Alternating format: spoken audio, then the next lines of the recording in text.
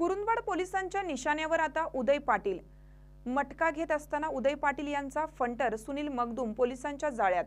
दत्तवाड तालुका शिरोळीतील नूर काले यांच्यावर झालेल्या पोलीस कारवाईनंतर आता पोलिसांनी उदय पाटील यांच्यावर निशाणा साधलाय। गुरुवारी उदय पाटील यांच्या बिरनाळ रोडवरील शुभ्रा हॉटेलजवळ मटका घेत असताना सुनील मगदूम यांना रंगेहात पकडलं। या घटनेची फिर्याद कुरुंदवाड पोलीस ठाण्यात कॉन्स्टेबल पोपट एवळे यांनी कुरुंदवाड पोलिसात दिली।